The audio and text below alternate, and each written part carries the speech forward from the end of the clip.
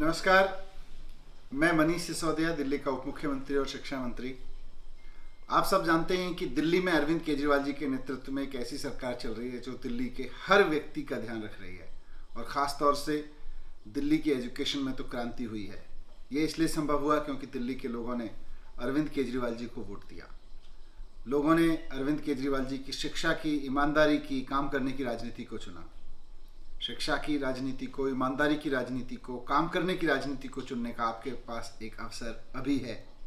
महाराष्ट्र राज्य विधान परिषद के चुनाव में आप जब वोट डालने जाएं, नासिक क्षेत्र से अरविंद केजरीवाल जी के साथी और आप सबके बीच जिन्हें आप किसान पुत्र के नाम से जानते हैं, ईश्वर पाटिल जी, वो चुनाव लड़ रहे हैं। तो अरविंद केजरीवाल जी के साथी को, अपने किसान पुत्र को आप विधान परिषद में भेजिए अपना वोट देकर, और देखिए फिर कैसे आपकी आवाज़ विधान परिषद तक पहुंचती है, विधानसभा तक पहुंचती है, सरकार तक पहुंचती है।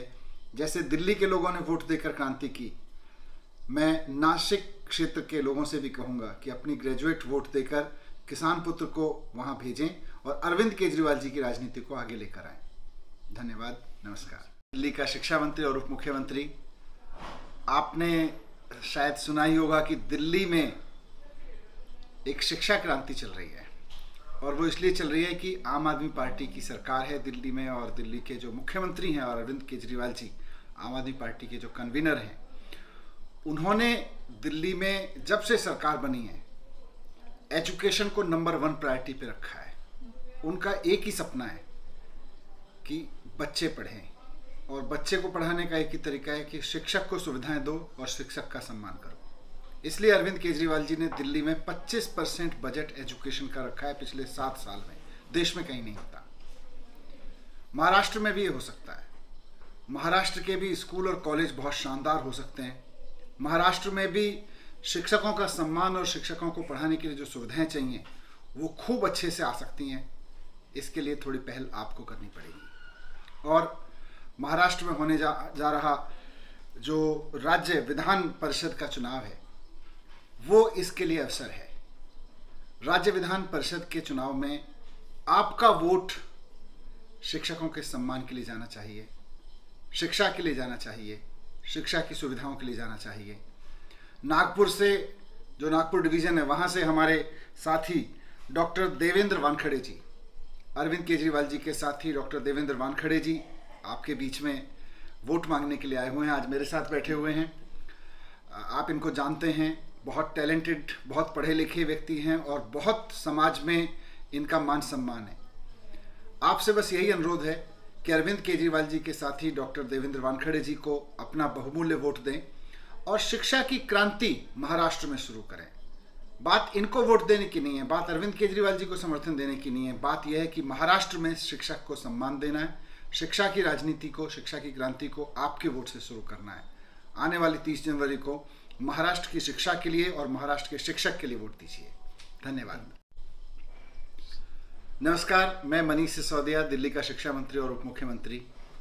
आप तो जानते हैं कि दिल्ली में एक शिक्षा क्रांति हुई है। जब से अरविंद केजरीवाल जी की आम आदमी पार्टी की दिल्ली में सरकार बनी है, तब से दिल्ली के सरकारी स्कूल, दिल्ली के कॉलेज, दिल्ली की यूनिवर्सिटी सब शानदार हो गए हैं। देश विदेश से लोग दिल्ली के एजुकेशन मॉडल को देखने आ रहे हैं। ये इसलिए संभव हुआ क्योंकि दिल्ली के लोगों ने अरविंद केजरीवाल जी को, शिक्षा की राजनीति करने वाले को, विकास की राजनीति करने वाले को वोट दिया। महाराष्ट्र में भी ये हो सकता है। अभी आपके पास एक अवसर है।